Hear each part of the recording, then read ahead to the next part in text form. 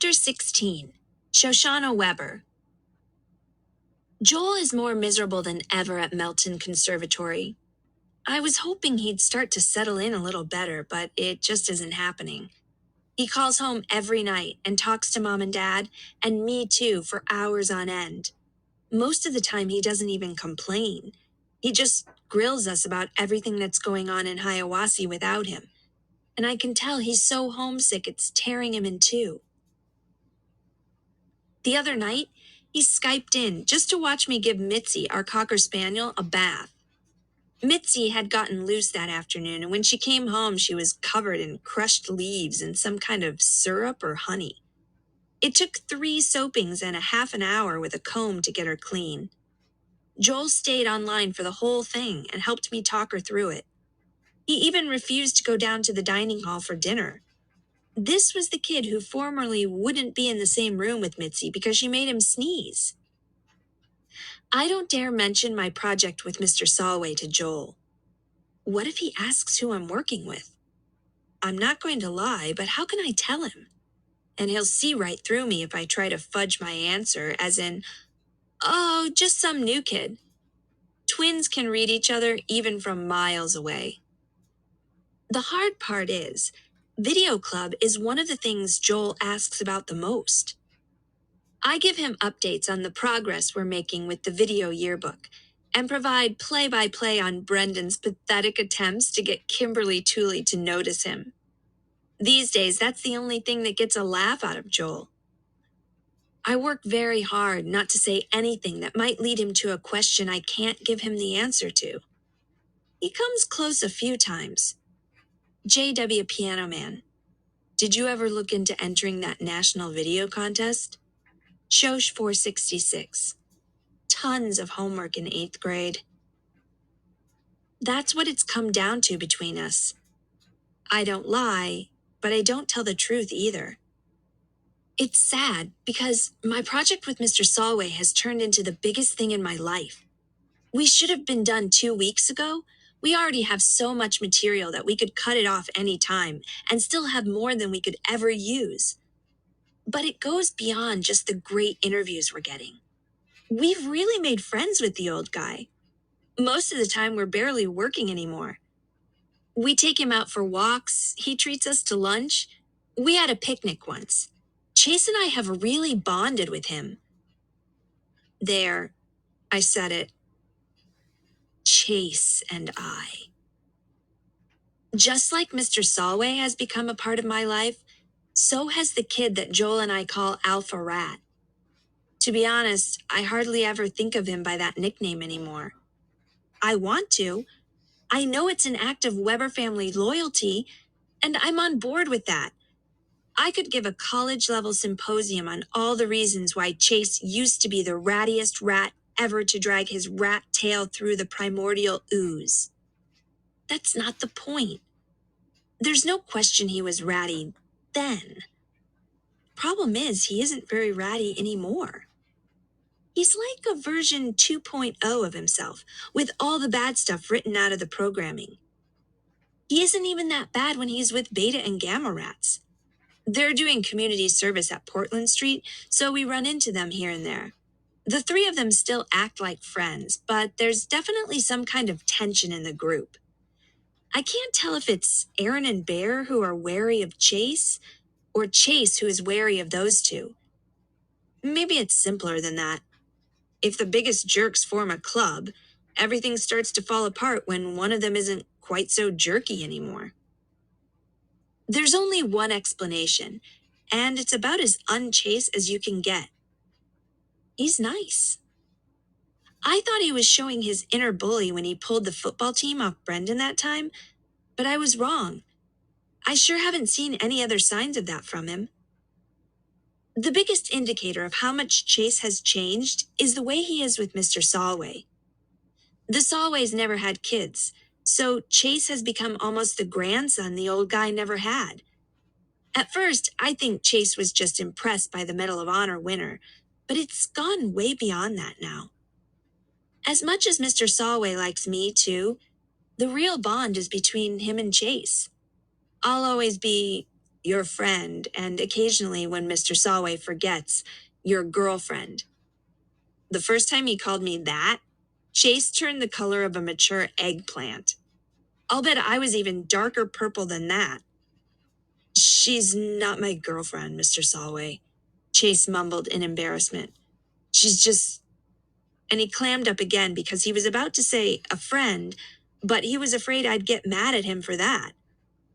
Back then, I probably would have. I'm not so sure about today. We're in video club together, I supplied. The old guy rolled his eyes. You keep telling yourself that. Just because Mr. Salway is no longer the hermit of Portland Street doesn't mean he's all sweetness and light. He's still a pretty crusty guy who speaks his mind and doesn't worry about who might disagree with him. He barks arguments at TV news commentators he believes are idiots and watches sitcoms with a straight face to prove that they're not funny. He's convinced that the Hubble Space Telescope is fake and the pictures it sends back are created in a Hollywood film studio. He's stringing a necklace out of all the gout pills he refuses to take. It's his plan to present it as a going-away present to Nurse Duncan when he drives her so crazy that she quits. Come on, Mr. Salway, Chase chides. You like Nurse Duncan. She's good to you. She's incompetent, is the growled reply. I don't have gout. I just have a sore foot every once in a while. Let's see how much tap dancing she's doing when she's my age. He's entertaining, but he can be exhausting too. Sometimes Mr. Salway even exhausts himself and falls asleep in our faces. When that happens, Chase puts a blanket over him and we tiptoe out. On this particular day, we decide to grab a snack and screen our video footage. I suggest frozen yogurt at Heaven on Ice. The words are out of my mouth before I remember what happened the last time we were in that place together. He looks worried, so I add, I promise not to dump anything over your head. Heaven on Ice is just a few blocks away. We load up Sundays, pick a corner booth, and start to preview the day's efforts on the flip cam. It's good stuff. Mr. Salway is ranting about how the designated hitter has ruined baseball, so we're both holding back laughter as we watch. We already have enough footage for 5 videos. I can't shake the feeling that we keep going back for more just because we don't want it to end. Chase is having the same thoughts. I'm going to keep visiting Mr. Salway even after we finish. I'll come with you. My response is instant, even though I had no idea I was going to say that.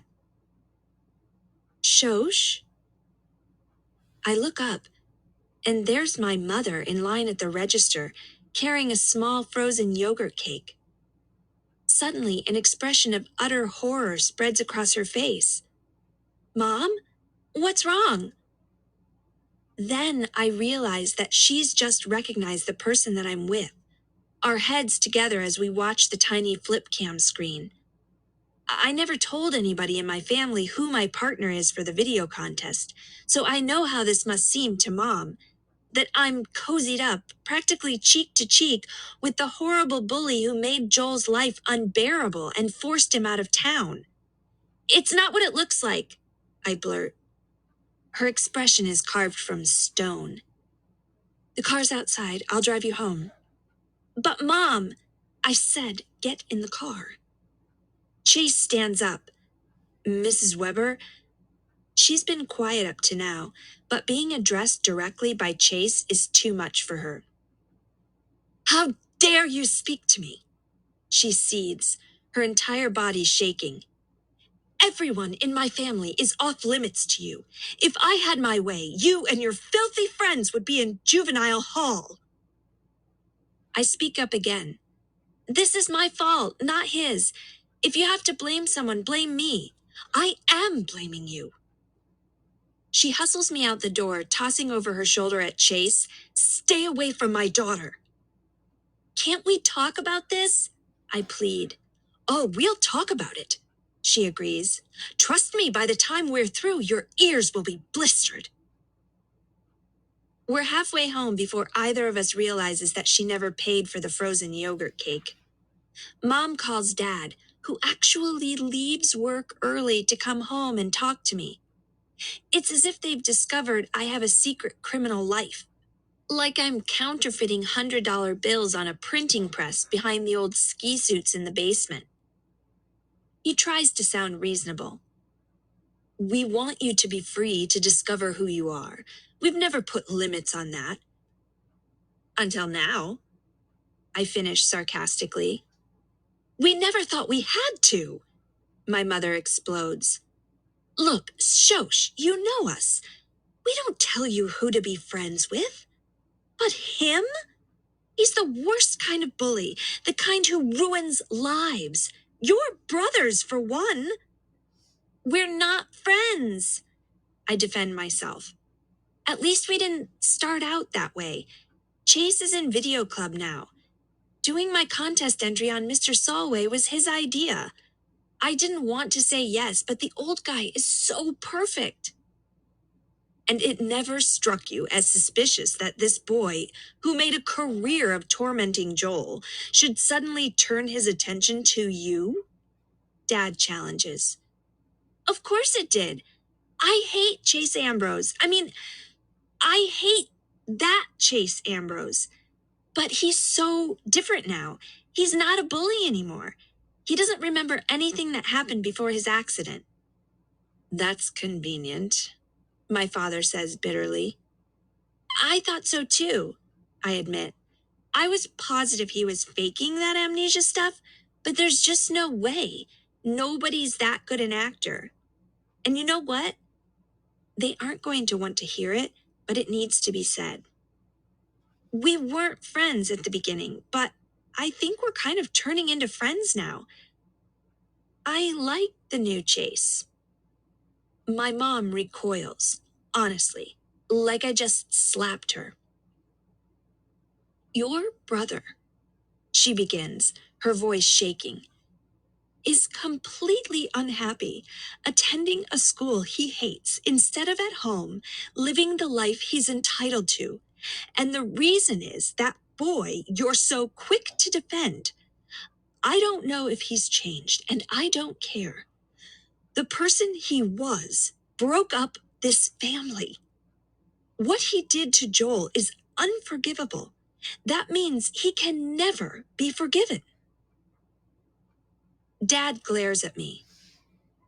I'll bet you haven't told Joel who you're buddy-buddy with these days.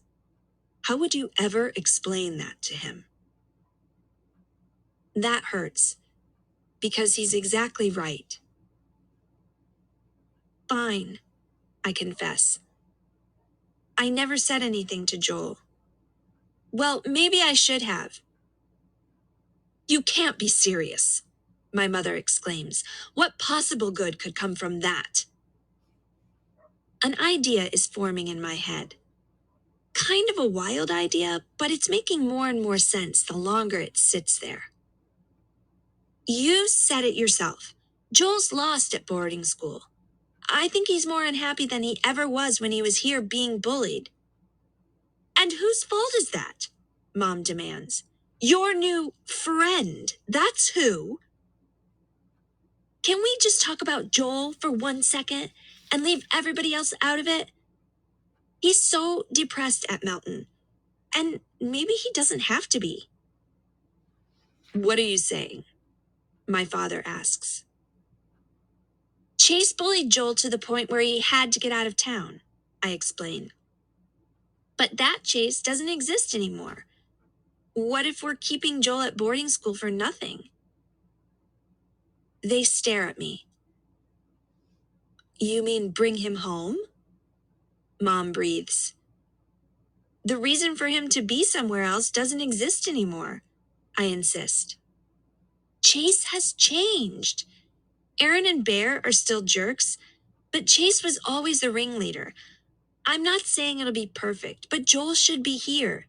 Joel wants to be here, and I'm pretty sure he can be here. I braced myself, expecting them to go off on me. I'm crazy, I'm dreaming, I'm gambling with my brother's life. Instead, dead silence. At last, my father finds his voice. What if you're wrong?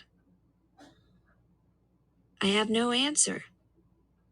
I only know that I want my brother back. I've wanted it since the day he left for Melton. Shosh 466. Joel, we've got to talk.